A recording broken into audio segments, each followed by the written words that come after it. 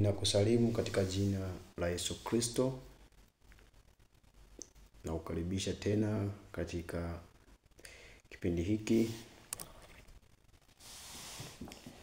Ninakukaribisha tena katika kipindi hiki cha jioni usiku huu, ambapo ninataka tena kusema na wewe jambo dogo kwa ajili ya kujenga mwili wa Kristo. Leo ninataka kuzungumzia ufahamu juu ya Mungu na utendaji wa Mungu kwa mwanadamu. Ufahamu wako juu ya Mungu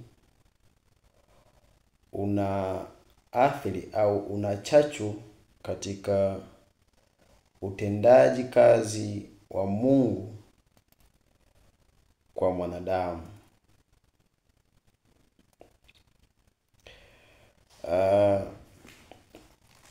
Nataka tusome katika kitabu cha Mathayo sura ya 16. Nataka tuanzie hapo.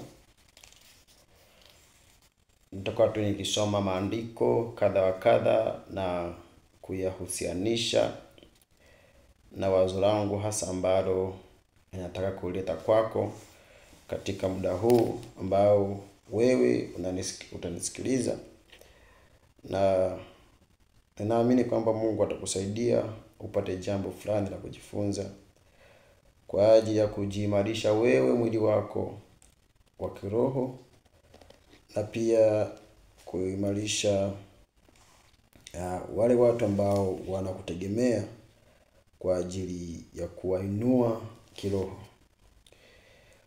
Mathayo sura 16 mstari wa 13. Nataka tuanzie hapo. Anasema, basi Yesu akaenda pande za Kaisaria Filipi, akawauliza wanafunzi wake akasema, watu hunena mwana wa Adamu kuwa ni nani? Wakasema, wengine hunena huyu Yohana Mbatizaji, wengine Elia, wengine Yeremia au mmojawapo wa manabii. Mstari 15, akawaambia, nanyi mwaninena mimi kuwa ni nani? Simoni Petro akajibu akasema, wewe ndiwe Kristo mwana wa Mungu aliye hai. Yesu akamwambia, heri wewe Simoni Bariona, kwa kuwa mwili na damu havikukufunulia hili, bali Baba yangu aliye mbinguni. Nataka nikomee hapo na niweke maelezo yangu hapa kidogo. Nataka kuzungumzia habari ya ufahamu wako juu ya Mungu, jinsi ambavyo unaathiri utendaji kazi wa Mungu katika maisha yako. Ukisoma hapa katika hichi kitabu utaona kwamba Yesu alitaka kufahamu ulimwengu unamfahamu vipi yeye, kulingana na yale ambayo anayatenda, kulingana na yale ambayo yanatokea ameyafanya katika dunia. Wakamuita, wengine walimuona kama Elia, wengine walimuona kama nabii. Kumbuka, kulingana na vile ambavyo amefanya wakamuona kama nabii, wengine wakamuona kama Yeremia, wengine wakamuona kama mtu fulani. Yote hayo ukitafuta sababu kwamba kwa nini walimuona kama Yeremia, ni pengine walimfananisha na Yeremia au mambo ambayo aliyafanya Yeremia katika siku zake. Na hawa walimuonaje kama nabii? kwa sababu ya yale ambayo wamezoea manabii wanafanya, wakayahusianisha na kila ambacho Yesu anafanya, wakamuona kama nabii. Sasa Yesu alitaka kujua sasa kwamba hao ni watu ambao wananitazama na kunitafsiri, kwamba wanapomtazama na kutafsiri, wanatafsiri kitu gani? Sasa kwa ufunuo Yesu akawauliza mitume. Yesu akawauliza mitume nao, je, na ninyi mnanitafsirije? Na ninyi mnanionaje? Ndipo kwa ufunuo Petro anasema, wewe ndiwe Kristo mwana wa Mungu. Sasa hilo sio somo langu hasa la kumzungumza Kristo, ila ninataka kuzungumzia tafsiri juu ya neno la Mungu, juu ya Mungu katika maisha yako, kwamba Mungu ni kitu gani au Mungu ni nini katika maisha yako. Na kitu huwezi kukipa nafasi,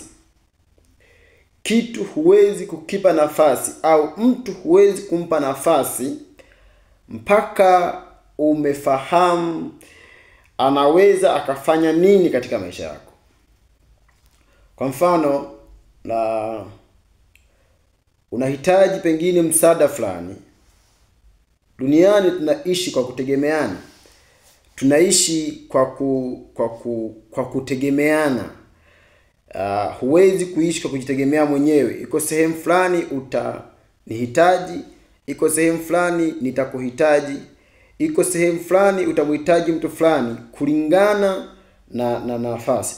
Sasa zile nafasi ambazo, au nafasi nilionayo kwako katika maisha yako, inategemea na vile ambavyo unanitafsiri, kwamba mimi ninamhitaji daktari, ninamhitaji mtu fulani kwa sababu ni daktari. Na kwa sababu ni daktari, maana yake uko wakati fulani nitahitaji ushauri wa kitabibu.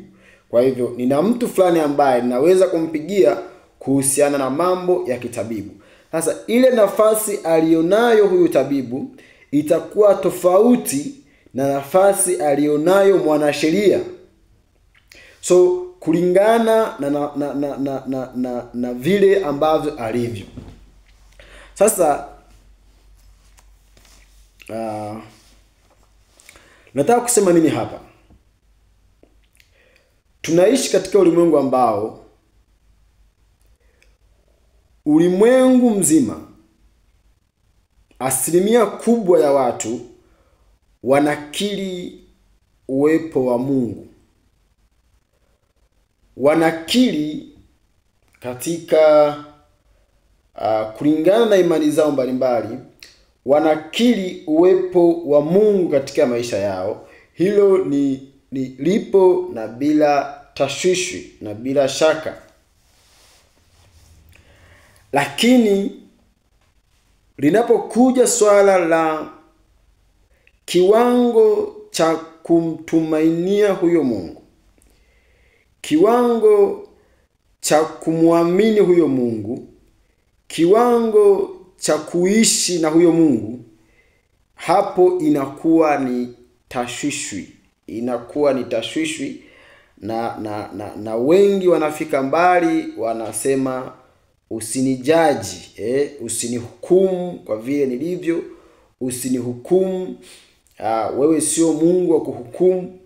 Lakini ni kwa sababu ya kushindwa kufikia kile kiwango cha utegemezi wake kwa Mungu. Sasa hapa Petro anaonyesha au Yesu anaonyesha anataka kujua vile ambavyo watu wanamtazama yeye, ulimwengu unavyomtazama yeye. Ndivyo ambavyo tu nataka nikuletee tena hapa muda huu, kwamba vile ambavyo unamtazama Mungu, vile ambavyo unamtegemea Mungu, ndicho kiwango hicho ambacho Mungu atakuhudumia. Ndicho kiwango ambacho Mungu atakuhudumia. Sasa acha nitoe scenario hii ndogo hapa, kwamba tuna tabaka za watu mbalimbali katika ulimwengu ambao wanakiri kuwa na Mungu katika maisha yao. Wana jambo zuri kabisa na wana assurance ya Mungu. Lakini baada ya muda fulani, kipindi fulani cha kutembea, unaona kwamba wanashindwa kuendelea na ule ukiri wao. Wengine watarudi katika ibada zao za sanamu. Wengine watarudi katika mambo yao ya kawaida. Kwa nini iko hivyo? Kila ambaye amewahi kuwa Mkristo, kila ambaye amewahi kukiri mambo makubwa ya Mungu ambayo ameyafanya katika maisha yake, sio kwamba ni uongo. Ni ukweli kabisa kwamba kuna kipindi fulani alikuwa na Mungu katika maisha yake, na baada ya kipindi fulani anaanza kujiona yuko mbali na hawezi tena kuendelea. Na hiyo inafanya kukata tamaa katika jamii ya wanadamu kuhusiana na safari ya wokovu. Kwamba uliniona wakati fulani nikiwa ni shahidi mzuri wa matendo makubwa ya Mungu ambayo anaweza kuyafanya katika dunia. Na baada ya kipindi fulani unaniona tena siwezi kuendeleza ule ushuhuda, bali ninatafuta njia zingine za badala, pengine za kishirikina, pengine kukana kabisa habari za Mungu na kuendelea katika maisha ya kawaida. Kwa nini inakuwa hivyo? Kwa nini kwa muda fulani mtu anaweza akakiri mwendelezo wa uponyaji na nguvu za Mungu, alafu kwa muda fulani akashindwa kukiri tena hilo jambo? Kwa nini? Je, alitudanganya wakati fulani, au ni kweli Mungu alifanya? Na kama Mungu alimfanyia wakati fulani, kwa nini hawezi kumfanyia wakati huu? Wakati fulani ulikuwa ni shuhuda wa maendeleo ya biashara yako, jinsi ambavyo Mungu anaishikilia biashara yako na kuendelea mbele katika biashara yako, na Mungu anafanya mambo makubwa na unaendelea katika nguvu za Mungu. Lakini baada ya muda fulani unaanza kuona miporomoko pengine ya biashara yako, na ukienda tena kuomba mbele za Mungu hakuna jibu ambalo unalipata, na mwisho wa siku unapata watu wabaya wanakushawishi, unaenda katika matambiko, na mwisho wa siku umefilisika, umekuwa maskini na tena sio mfanyabiashara mkubwa. Kwa nini iko hivyo? Kwa nini wakati fulani ulikuwa ni mtumishi mzuri wa Mungu, na Mungu amekuwa akikuonekania, akikupa baraka na nguvu na vitu kama hivyo vikiambatana na wewe, na wewe ukawa ni shahidi wa nguvu za Mungu katika kila mtaa, kila eneo. Wakikuuliza mganga wako ni nani, unasema ni Yesu, ni Kristo. Na baada ya muda hicho kitu tena hakipo. Umekuwa baridi, umepoa, hauna mwendelezo mzuri, hamna kitu kinachoenda mbele. Mambo yamekuwa sio mazuri kwa upande wako. Kwa nini? Nataka unisikilize kwa muda mchache, nikuzungumzie. Katika utendaji kazi wa Mungu au katika huduma ya Mungu kwa mwanadamu, inatofautiana kulingana na kiwango chako cha Mungu, kiwango chako cha uzoefu kwa Mungu.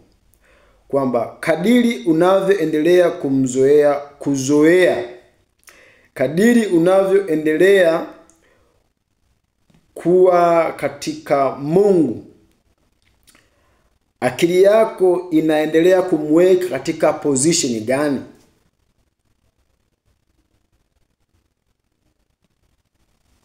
Sasa nitaweka katika makundi mawili hapa ya utendaji kazi wa Mungu, ili kwamba usichanganyikiwe. Jambo la kwanza linahusisha ufahamu wako kwa Mungu. Ufahamu wako kwa Mungu kadiri siku zinavyozidi kwenda mbele. Kitu kingine kinahusisha ukuaji wako wa kiroho. Ukuaji wako wa kiroho iko hivi: kuna utendaji kazi wa Mungu katika hatua za awali za kukulea,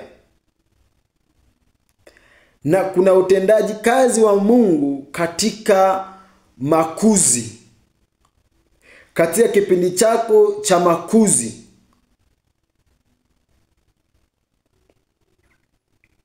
Na kuna utendaji kazi wa Mungu kama mwana mwenye mamlaka.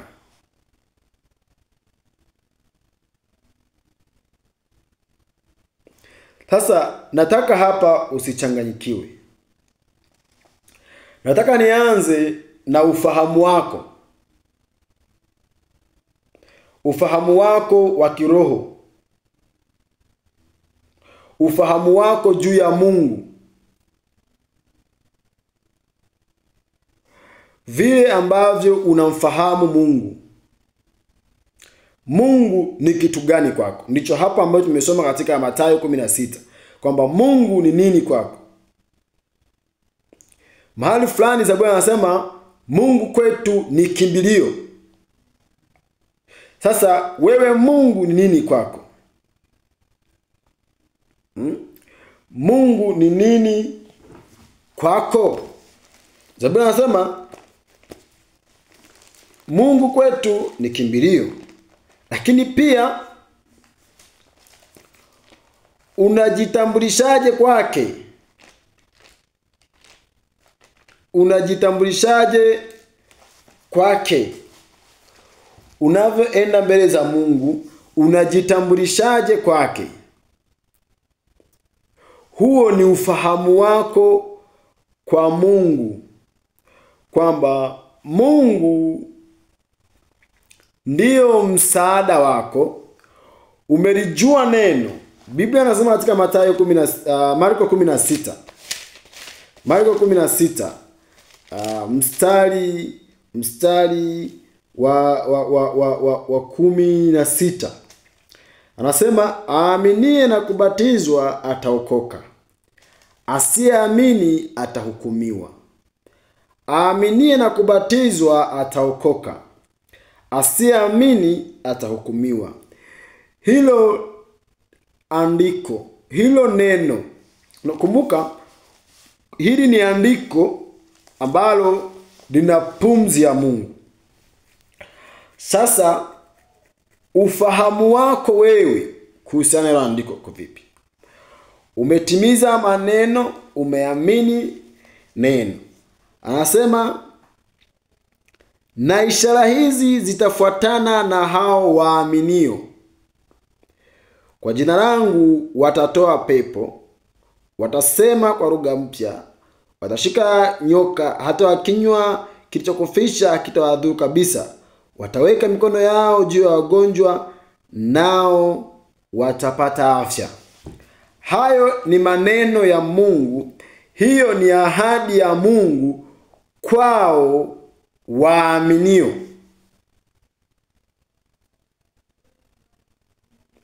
Kwao waaminio. Sasa wewe kama muaminio, umeamini kitu gani? Umeamini kitu gani? Na kama ni muaminio, hizi ahadi zinapaswa kuwa kwako. Lakini yote haya yanatokana na Mungu ni nani kwako.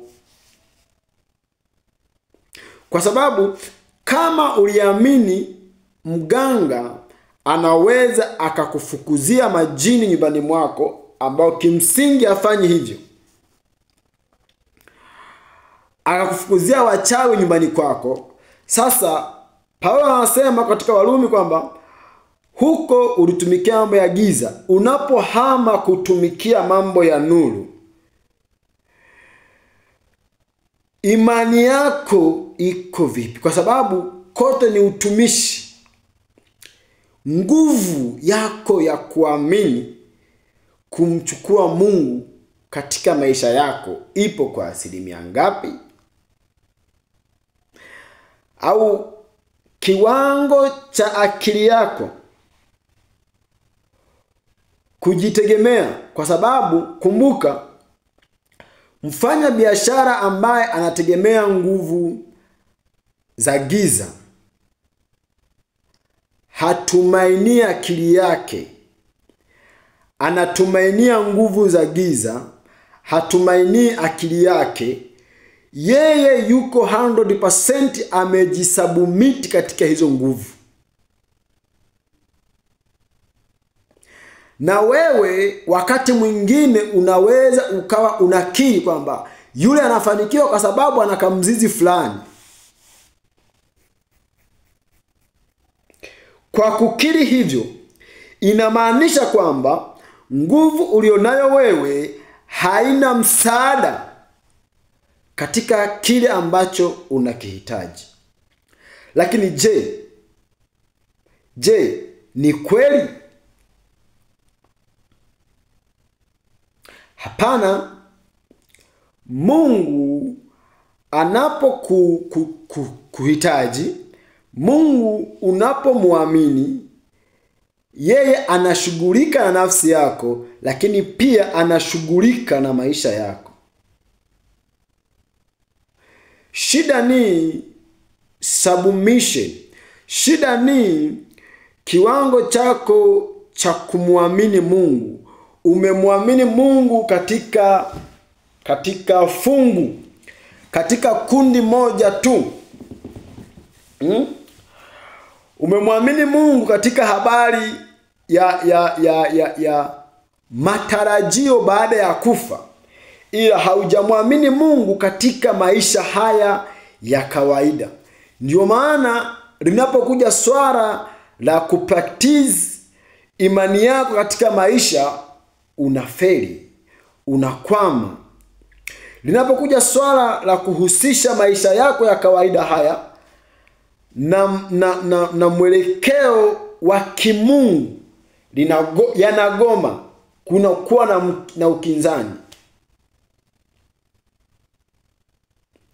Kana kwamba Ili umwamini Mungu inabidi usiwe na maisha, usiendeleze maisha ya kawaida. Lakini sio sawa. Sio sawa. Yeye anakuhudumia wewe katika maisha haya ya kawaida, na anakuhudumia wewe katika maisha yajayo. Hizo ndizo ahadi za Mungu kwa mwaminio. Marko 11:24 Yesu alikuwa anawaambia hapa wanafunzi,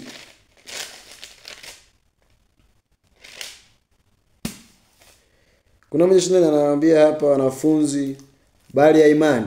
Sema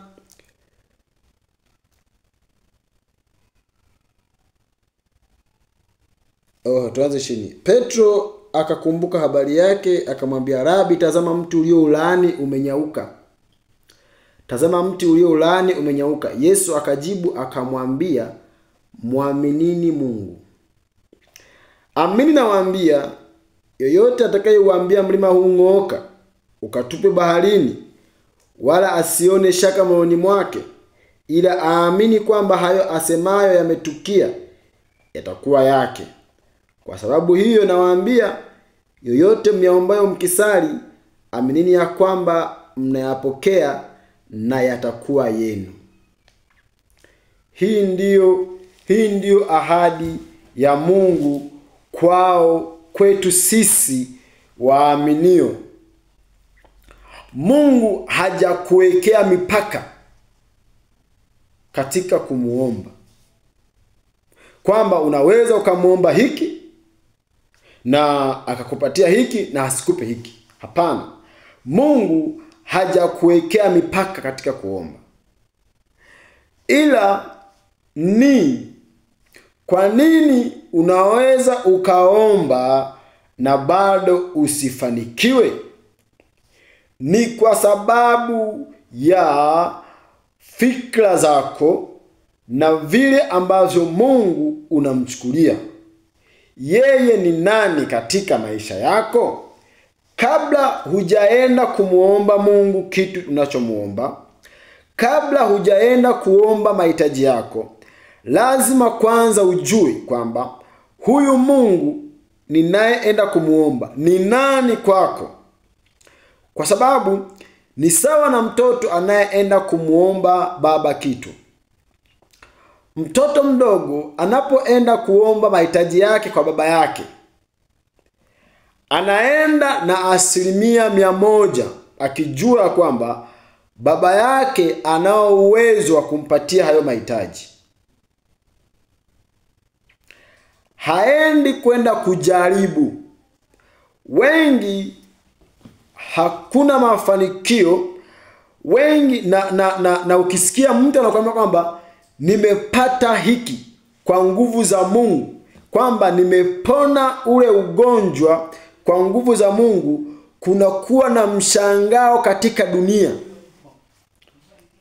Kwa nini kunakuwa na mshangao katika dunia? Inapotokea mtu mmoja ametangaza jambo lisilo la kawaida ambalo limefanyika kwa nguvu za Mungu. Na kwa nini kunakuwa hakuna mshangao wakati ambapo mtu mmoja ameenda kwa mganga wa jadi, akakiri kwamba yule mganga amemsaidia kupata jambo fulani lisilo la kawaida katika uwezekano wa kibinadamu. Lakini jambo lile mtu akilipata kwa njia ya kukiri kwamba Mungu amenipatia, kunakuwa na mshangao katika dunia. Ni kwa sababu ulimwengu mzima, ulimwengu hawamwamini Mungu. Ndiyo, unaweza kuwa unasali, unaenda kanisani kila siku, lakini hauna imani kwa Mungu. Ndiyo maana unaweza kumtenda unavyotaka. Mungu si chochote. Yaani Mungu ana portion ndogo katika maisha yako. Ana nafasi ndogo katika maisha yako. Wengi tunamkumbuka Mungu misibani.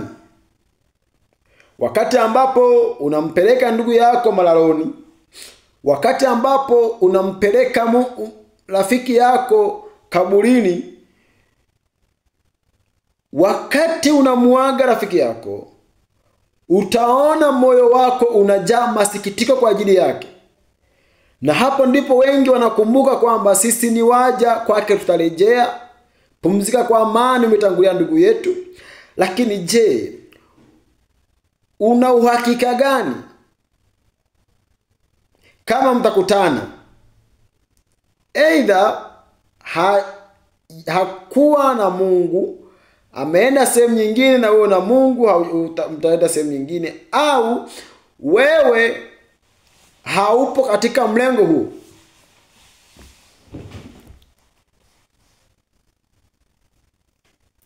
Mungu ni nani katika maisha yako?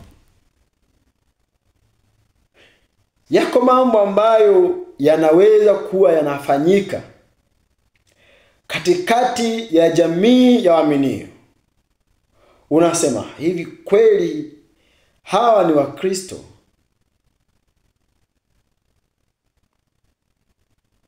Mungu ni nani katika maisha yako? Nafasi ya Mungu katika maisha yako ni kubwa kiasi gani? Kwa sababu hiyo ndiyo inayoathiri mambo ambayo unaweza kuyapata kwa Mungu. Yako mambo ambayo huwezi kuyashinda kama haujajua nafasi ya Mungu. Hatushindi dhambi kwa sababu ya nguvu zetu, kwa sababu ya sisi kutaka. Ni ile nafasi ya Mungu, kwamba Mungu ni nani katika maisha yako.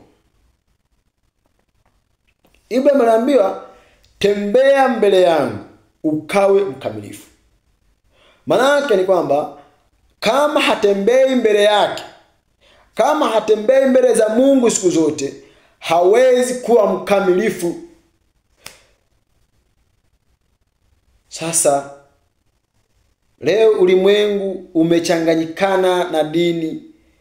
Ukimwona huyu na huyu, huwezi kujua kwamba huyu ni Mkristo na huyu sio Mkristo. Wote ni kitu kile kile. Wote wanakutana baa, wote wanakutana kwa wanawake, wote wanakutana na mavazi ya kikahaba, na wote wanakiri kuwa ni Wakristo.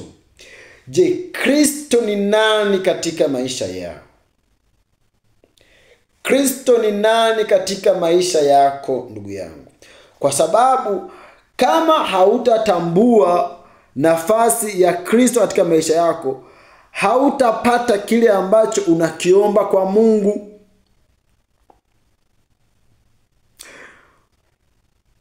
Hutapata.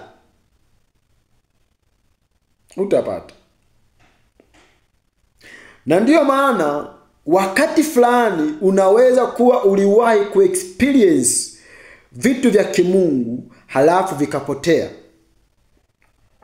Nitakuja kuzungumza hapo kwenye kipengele cha makuzi, utendaji kazi wa Mungu katika kipengele cha makuzi ya mwanadamu. Ninapozungumzia makuzi, nazungumzia kukulia wokovu, makuzi ya kiroho, ambayo hayo yanahusisha na kumtambua Mungu.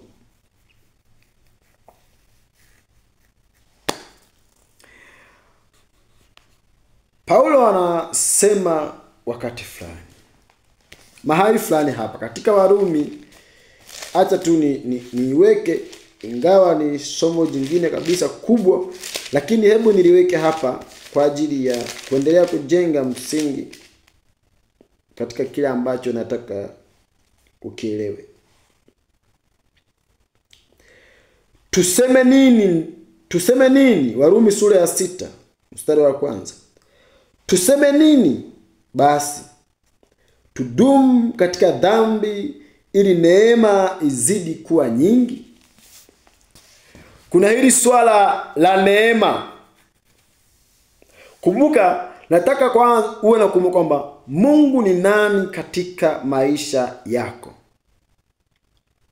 Sasa kuna hili hapa swala, tunafahamu wote wa Kristo, jamii ya Wakristo tunatambua ya kwamba hatuokolewi kwa sheria, tunaokolewa kwa neema. Na Kristo alikuja kuleta neema katika jamii ya wanadamu, ambayo hiyo neema ilikuwa inahusisha ukombozi wa watu ambao hawakupaswa kukombolewa. That's the meaning. Hiyo ndio maana ya neema, kwamba neema ni unapata kitu ambacho haukustahili kukipata. Na kama tunakombolewa kwa neema, maana yake ni kwamba hatukupaswa kukombolewa, ila neema ilipokuja inatuhusisha sisi kwenye huo ukombozi.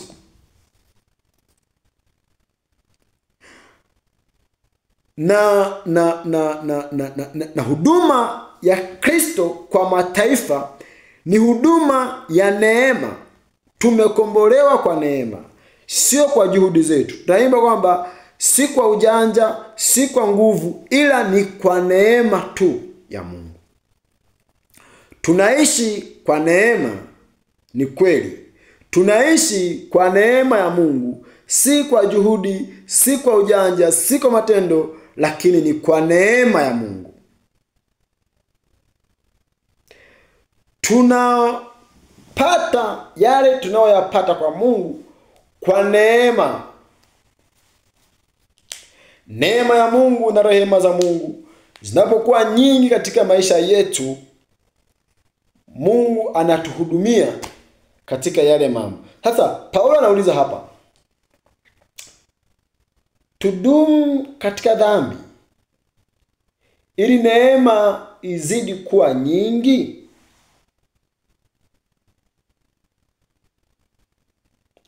Kwa sababu gani?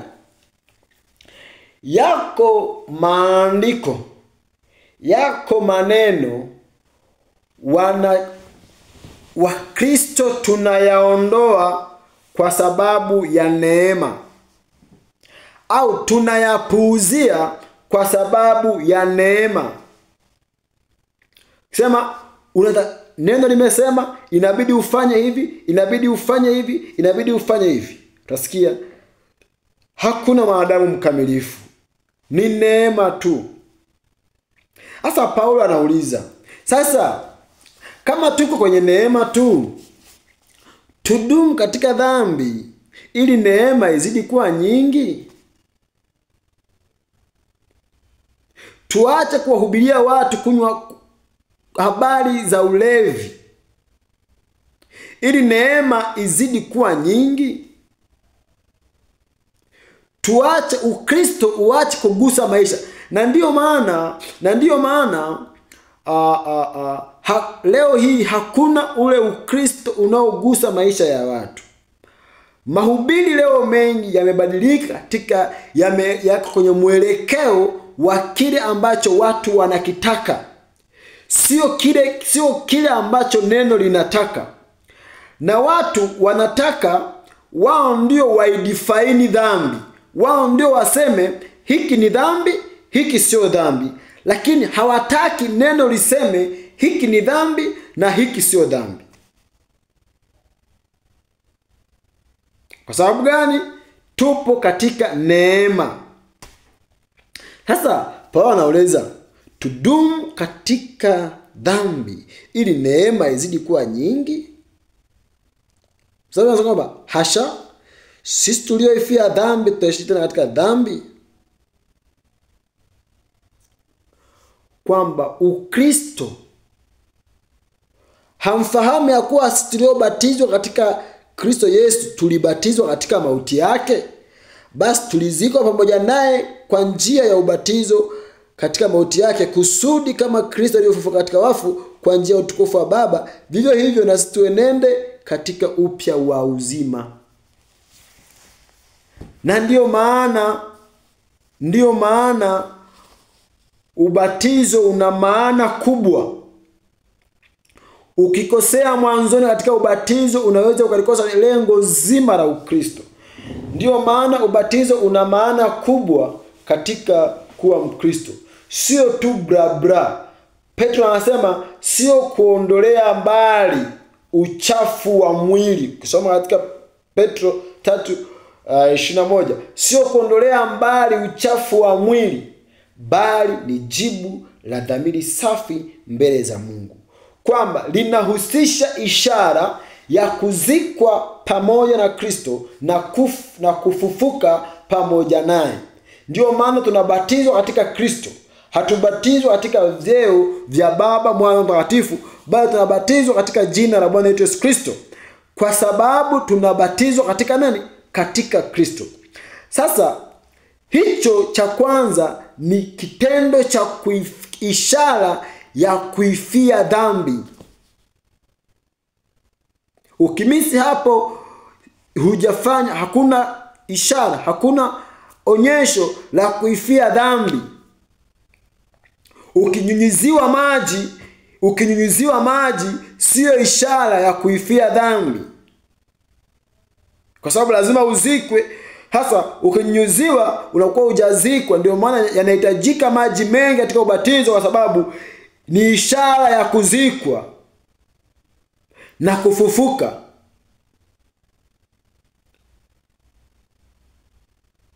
Kuifia dhambi. Sasa Paulo anasema tudumu katika dhambi ili neema izidi kuwa nyingi? Hapana.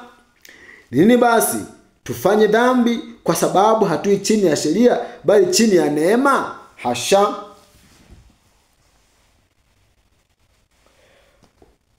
Lazima muendelee kuhubiriwa habari ya toba.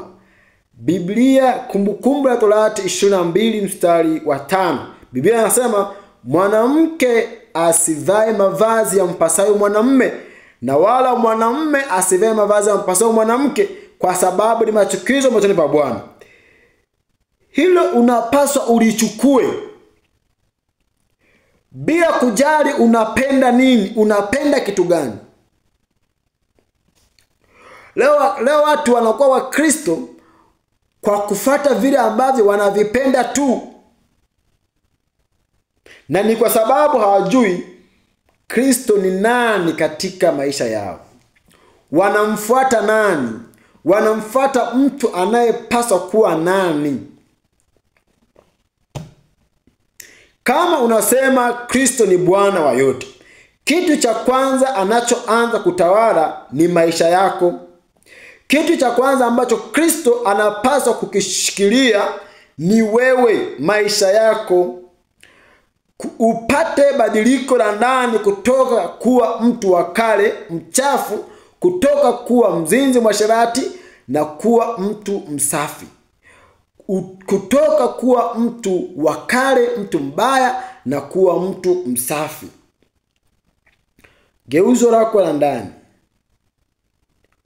Mungu anaanza kukumiliki wewe kuanzia ndani na kuja nje. Atahusisha maisha yako, atahusisha mavazi yako. Sasa ukisema kwamba Mungu ingia tu ndani, mavazi yangu niache niamue mimi nivae nini. Unapokuwa Mkristo inamaanisha utumwa.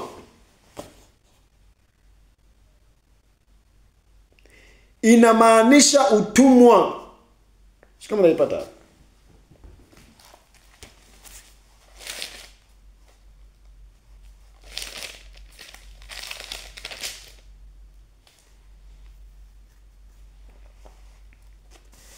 Basi ndugu, na wasihi kwa huruma zake Mungu, itoeni miili yenu iwe dhabihu iliyo hai, takatifu, ya kumpendeza Mungu, ndio ibada yenu yenye maana. Wala msifuatishe namna dunia hii, bali mgeuzwe kwa kufanywa upya nia zenu, mpate kujua hakika mapenzi ya Mungu yaliyo mema, ya kumpendeza na ukamilifu.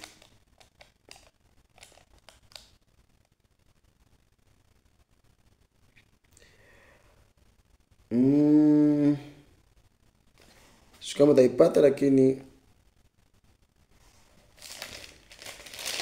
lakini kwa hivi, Ukristo unamaanisha utumwa.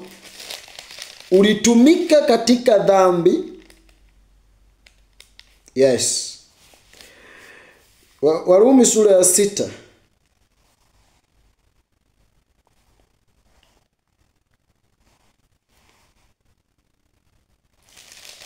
Sura ya 6 mstari wa 15.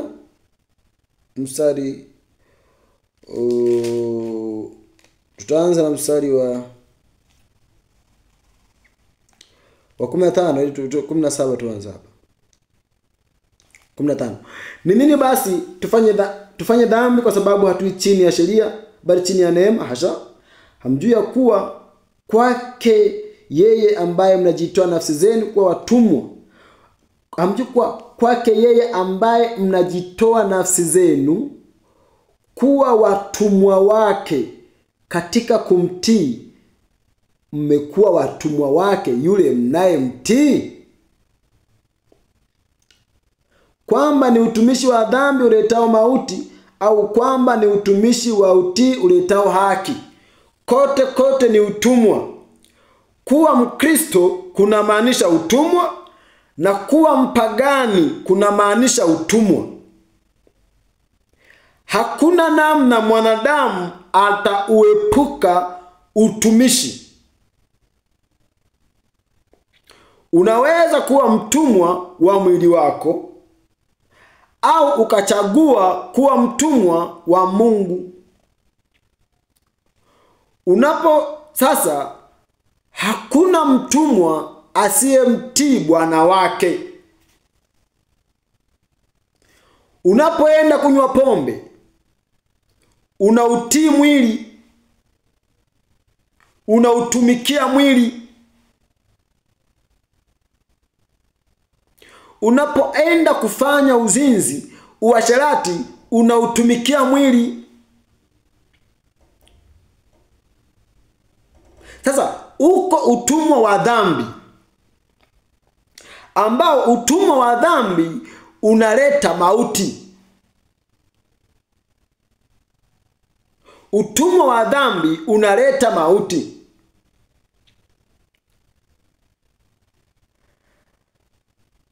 Lakini Mungu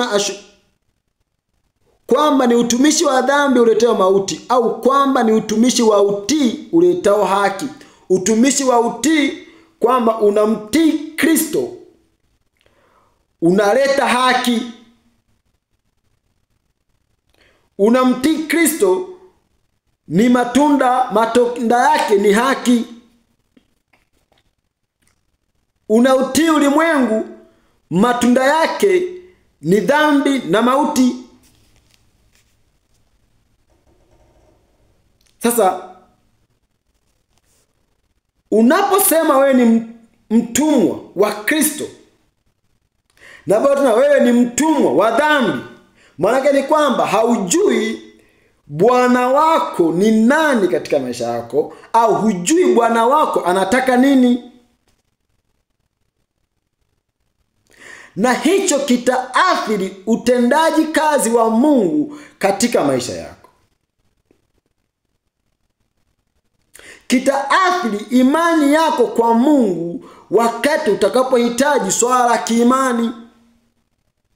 Na ndiyo maana tunapata waganga wengi walioko makanisani. Tunapata wachawi bado wako makanisani, kwa sababu hawajabadili utumishi. Bado wanadai ni wa Kristo, kwa sababu tu jamii kubwa ya watu ni wa Kristo, na wanataka tu wasionekane hawana dini.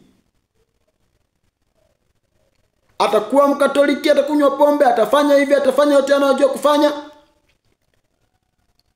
hata kama atajua Biblia imekataza, hata kama atajua neno halimruhusu, lakini atafanya hivyo hivyo kwa sababu ya tamaa zake. Kwa sababu ya tamaa zake atafanya hivyo hivyo, na matokeo yake, wakati atamhitaji Mungu hataonekana. au hatapata kile ambacho alikitegemea kwa Mungu, na badala yake ataelekea hasa kwenye utumishi ambao huo unaweza ukachanganya. Shetani anaweza akachanganya utumishi, ukaigiza kidogo kwa Mungu na kwa shetani kidogo, lakini Mungu anataka hivi straight. Mungu hachanganyi utumishi. Mungu hawezi kukuruhusu umtumikie yeye na umtumikie shetani kwa wakati mmoja. Hawezi kukuruhusu. Atakuacha na tamaa zako utaendelea nazo. Lakini nashukuriwe kwa maana mlikuwa watumwa wa dhambi, lakini mlitii kwa mioyo yenu ile ya namna ya elimu ambayo mliwekwa chini yake. Na mlipokwisha kuwekwa huru mbali na dhambi, mkawa watumwa wa haki. Yaani iko hivi kwamba unapokuja kwa Kristo haimaanishi sasa uko free, uko huru kufanya unachokitaka. Unapokuja kwa Kristo umebadilisha tu utumishi, kutoka katika utumishi wa dhambi, kutumikia dhambi, na kuja katika utumishi wa haki. Sasa katika utumishi wa haki utafuata mambo ambayo haki inataka. Biblia ndio mkataba wetu. Inasema mwanamke asiwe mhubiri. Haki inasemaje? Mwanamke anyamaze kimya katika kanisa. Timotheo wa kwanza sura ya 2 mstari wa 12. Simpi ruhusa mwanamke kufundisha wala kumtawala mwanamume, bali katika utulivu. Wakorintho wa kwanza 14:34. Wanawake na wanyamaza katika kanisa. Ukisoma mashemasi, Timotheo wa kwanza sura ya 3 mstari wa 8, wanaume wanatajwa kwa mashemasi. Askofu tamkuta mwanamume. Sasa hiyo ndio haki. Hiyo ndio haki. Sio kile ambacho wewe unataka. Kumbuka wewe ni mtumwa. Wewe ni mtumwa. Sasa mtumwa, katika zama za wafalme walikuweko watumwa ambao wapo karibu na mfalme. Wapo karibu na mfalme. Tuchukulie mfano rais wa Tanzania ni amiri jeshi mkuu wa majeshi ya Tanzania. Manake wanajeshi wote wanamsikiliza. Kama wanajeshi wanamsikiliza, wako wanajeshi wengine wako Ikulu. Kuna wanajeshi wapo kwenye makambi mpakani. Kuna wanajeshi wako kwenye wako kwenye makambi, wanaendelea na mafunzo. Wengine hawajapata kazi bado. Wapo tu wanasubiria kazi itokee, misheni waende.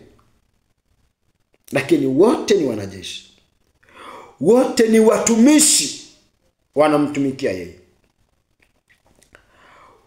Usitake kwenda juu. Na kuna namna ambapo mwanajeshi anatambulika kirahisi na mavazi yake. Na mavazi yake. Akivaa kile anakuwa ni ngumu kumtambua. Hadi awe na kitambulisho. Atakuwa na kitambulisho.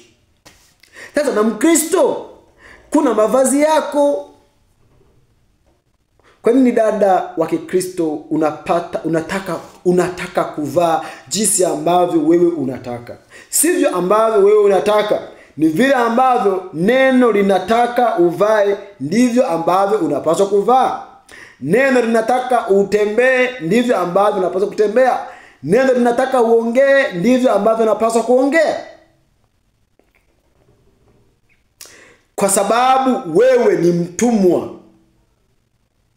Na hivyo ndivyo ambavyo Mungu ataweza kukuhudumia kwa utii wako kwenye neno. Sasa nije hatua ya pili ya makuzi, upande wa pili wa huduma ya Mungu kwa makuzi. Hata katika hii hatua ya kwanza, kumbuka nimezungumza kulingana na ufahamu wako kwamba Mungu ni nani kwako, Mungu ni nani katika maisha yako. Vile unavyomdefine Mungu na unavyomwamini ndivyo ambavyo Mungu atakuhudumia. Tunakuja katika kipengele cha pili ambacho ni cha makuzi. Ni cha makuzi. Hiki ni kifupi sana na nitakielezea tu. Mungu akusaidie kwamba utanielewa hivyo. Nitakielezea kwa haraka. Tatolea mfano mtoto anapozaliwa. Mtoto anapozaliwa, baba yake au mama yake atamhudumia bila kujali anafanya nini.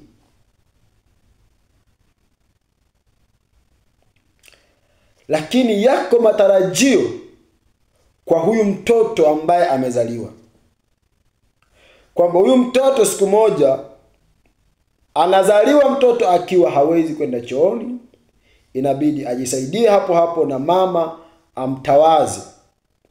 Anazaliwa mtoto akiwa hawezi kwenda haja ndogo, atafanya kila kitu hapo. Anazaliwa mtoto akiwa hawezi kuomba, nalia tu, atafanya hivyo. Anazaliwa mtoto akiwa hawezi kutafuta, anazaliwa mtoto akiwa hawezi, kila kitu anakitegemea kwa baba yake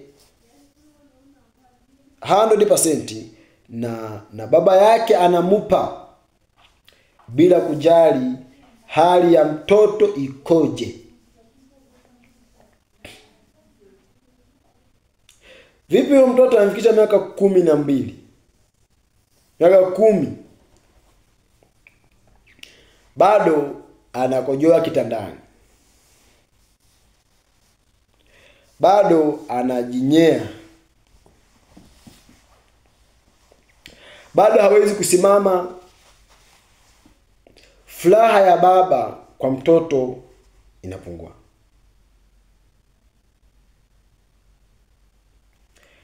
Ndivyo hivyo Mungu anavyowahudumia wanadamu. Wakati fulani unaweza kusema kwamba mbona mimi nilikuwa namuomba Mungu, Mungu ananipatia na sasa hanipi? Mungu alikuwa anafanya hivi na sasa hafanyi? Nilikuwa naweza kuombea wagonjwa wanapona, sasa hivi sina hiyo kiu. Makuzi.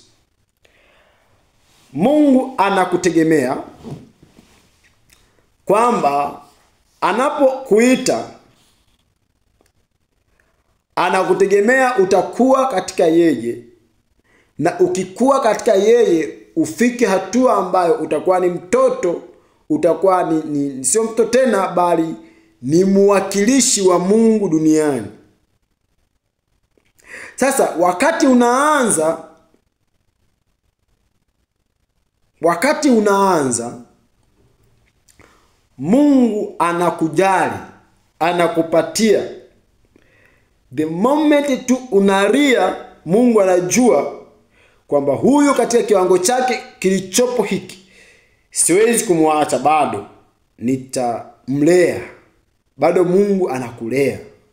Ndio maana ulikuwa bado na mapungufu mengi na dhambi nyingi, lakini Mungu akakujali kwa kuthamini tu ile kumuamini. Hatua yako ya kuhesabiwa haki, akakuhesabia haki bila kukuangalia chochote.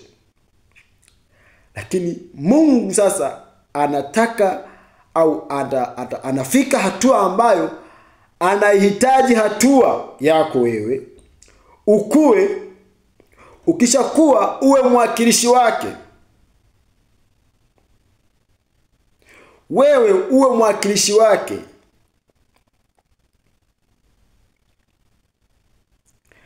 Na katika kukutaka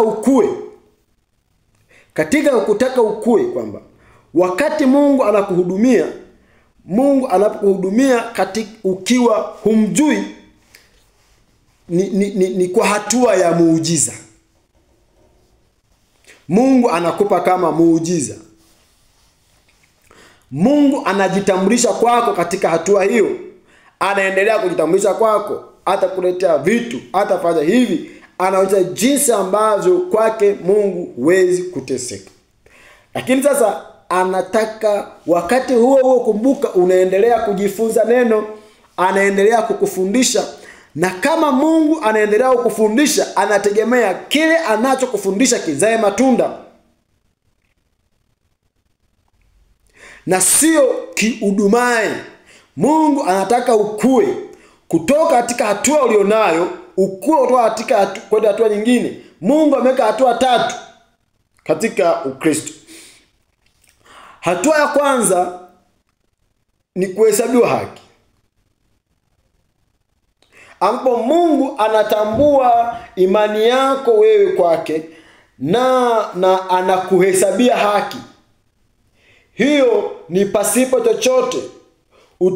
Ndio maana leo hii utasikia mtu anakuambia kwamba mbona akina Martin Luther walikuwa wanaweza kunywa pombe na bado wakafanya vitu vya kimungu. Katika kipindi cha kanisa hicho, Mungu alimhesabu katika hatua ya kuhesabiwa haki. Huduma ya Martin Luther ilikuwa katika hatua ya kuhesabiwa haki.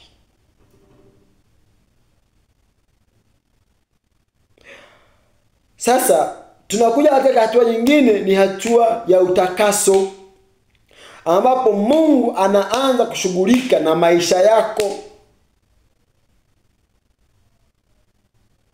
Sasa unapofeli kutoka hatua moja kwenda hatua nyingine, kwa kawaida kikanisa tunasema kwamba Mungu analiacha kanisa, anaendelea na waliovuka, halafu lile linabaki kuwa dhehebu. Sasa kwako wewe binafsi, Mungu unaposhindwa kuvuka, kutembea na Mungu katika hatua inayofuata, maana yake ni kwamba unabaki na mdumao, na unabaki na Mungu wa historia.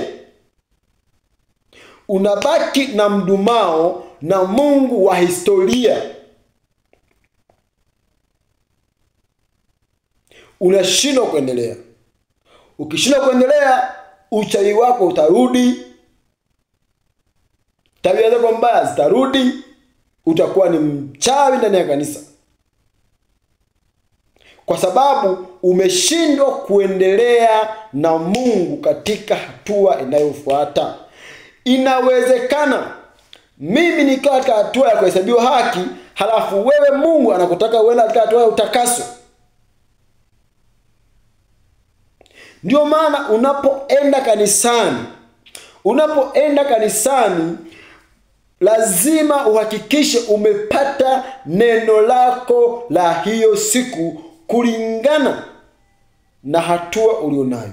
Ukienda kanisani vizuri, umeomba, Mungu anapowahudumia pale kanisani, kila mmoja atampatia kulingana na hatua ya kiroho alionayo.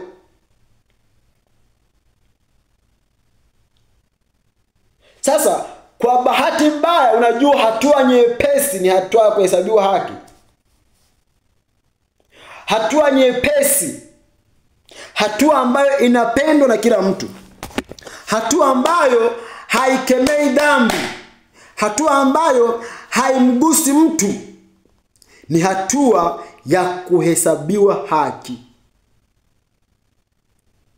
Lakini wewe upo katika hiyo hatua, au Mungu anakutaka uende hatua nyingine? Ndio maana utasikia, leo nimebarikiwa sana. Kumbe hujabarikiwa. Umesikiliza neno la watu, ila maneno yako yale yaliyokuwa na kulenga hujasikiliza, kwa sababu yalikuwa yanagusa maisha yako. hatua ya utakaso ni hatua muhimu ambayo kila Mkristo lazima aipitie. Kila Mkristo lazima aipitie, na ni hatua ndefu.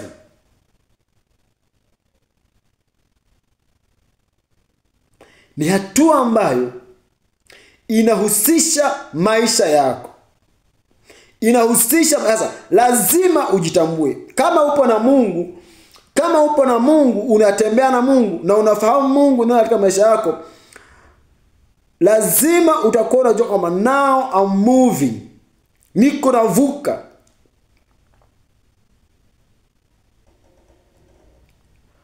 Kwa sababu wakati unavuka hatua moja kwenda hatua nyingine, kuna transition katikati. Kuna kipindi cha mpito hapa katikati, kati ya hatua moja kwenda hatua nyingine. Na usipovuka hichi kipindi, unarudi nyuma.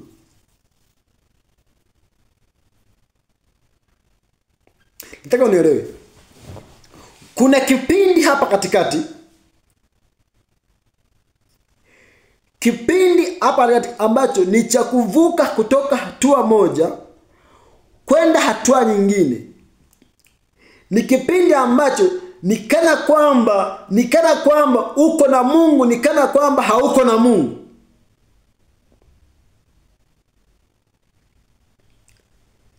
Ni kipindi ambacho ni kana kwamba Mungu anakuangalia ni kama vile hakusikii.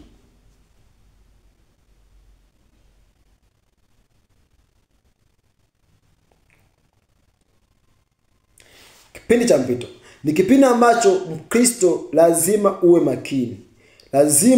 Lazima ujue kwamba Mungu, kitu gani kinafuata baada ya hapa. Sasa ukiona baraka za Mungu zimefululiza, Mungu amefululiza na wewe akakata ghafla,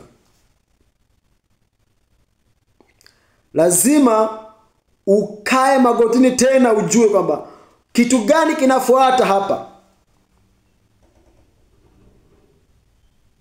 Sasa lakini hata hivyo Mungu anaweza akakupatia vyote katika kipindi cha muda mfupi tu. Zote hayo nitegemea na response yako. Sasa vile Mungu anamhudumia huyu ambaye ni mtoto mchanga katika imani, mtoto mchanga, wakati alikuhudumia ukiwa mtoto mchanga, Mungu alikuwa haoni. Biblia inasema kwamba zama zile za ujinga Mungu alikuwa kana kwamba haoni,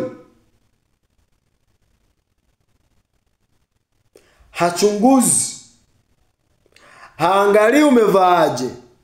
Ndio maana alikuponya ukiwa umevaa suruali yako ya mwanamke. Haangalii umevaaje. Ndio maana alikupatia mahitaji yako ukiwa katika hali yako hiyo yenye shida, ila akitambua hatua yako ya kiroho. Sasa lazima ujue kutembea na Mungu. Usikae sehemu moja tu. Usikae sehemu moja tu. Mungu anakutaka utoke hatua moja kwenda hatua nyingine. Na hatua moja kwenda hatua nyingine unatoka kwa kutii. Kumbuka wewe ni mtumwa. Mungu ndiye anayekuvusha kutoka hatua moja kwenda hatua nyingine. Mungu akubariki sana. Nikutakie wakati mwema hadi wakati mwingine tena. Asante.